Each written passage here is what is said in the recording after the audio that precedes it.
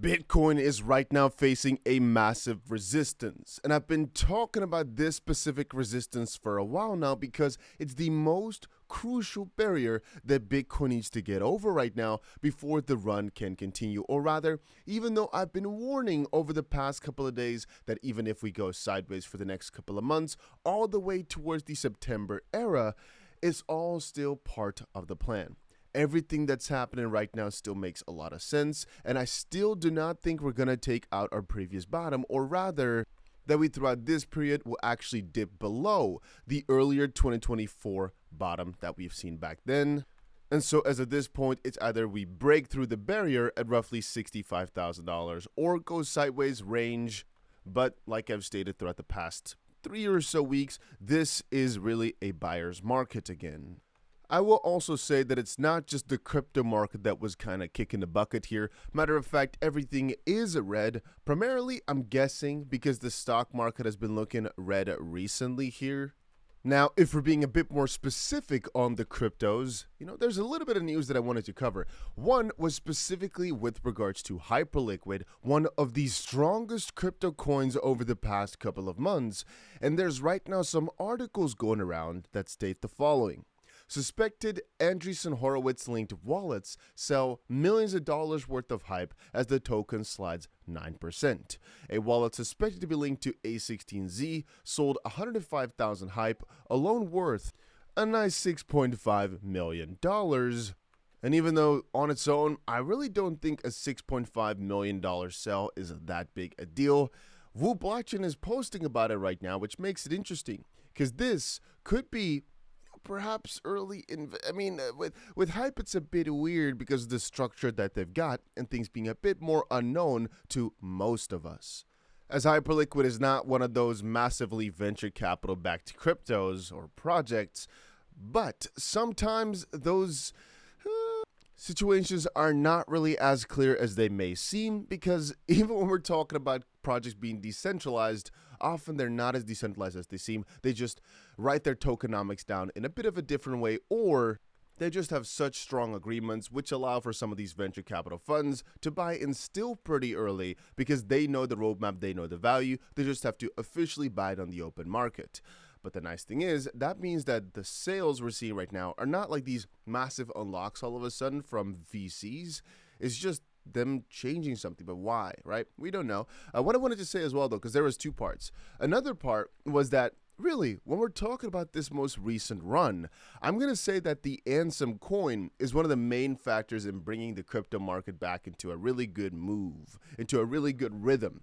And so the fact that right now there's a lot of fear, uncertainty, and doubt around that coin, primarily from some influencers apparently selling some of the coin, well, it's not catastrophic, but that's also causing the crypto market to be not in full green, I suppose, here, when all of a sudden there's some misunderstandings or some FUD amongst influencer types and some of the biggest meme coins out there. If there's a lot of uncertainty and a lot of back and forth, a lot of this animosity, sometimes it reflects back on the entirety of the crypto market because of sentiment shifts. Anyway, I was going to quickly say as well that, like I said earlier in the video, stock market not in the greatest of spots. The U.S. stock market futures extend losses as the U.S. announces its sixth executive night of strikes on Iran. So the whole situation in Iran seemed to kind of get better until it didn't. And right now it's a full-on 9 days, so over a week of just things kind of worsening over there. However, that does not mark this bull run as unironic, but as non-historic, I should say. The S&P 500 is up 95% since the end of 2022, placing the current bull market within its strongest 10% at this stage of the cycle. In data going back to 1922.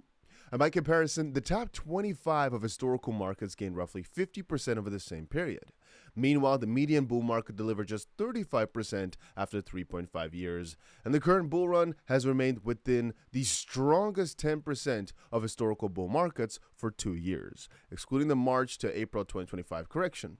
Since the April 2025 low alone, the S&P 500 has surged 51%.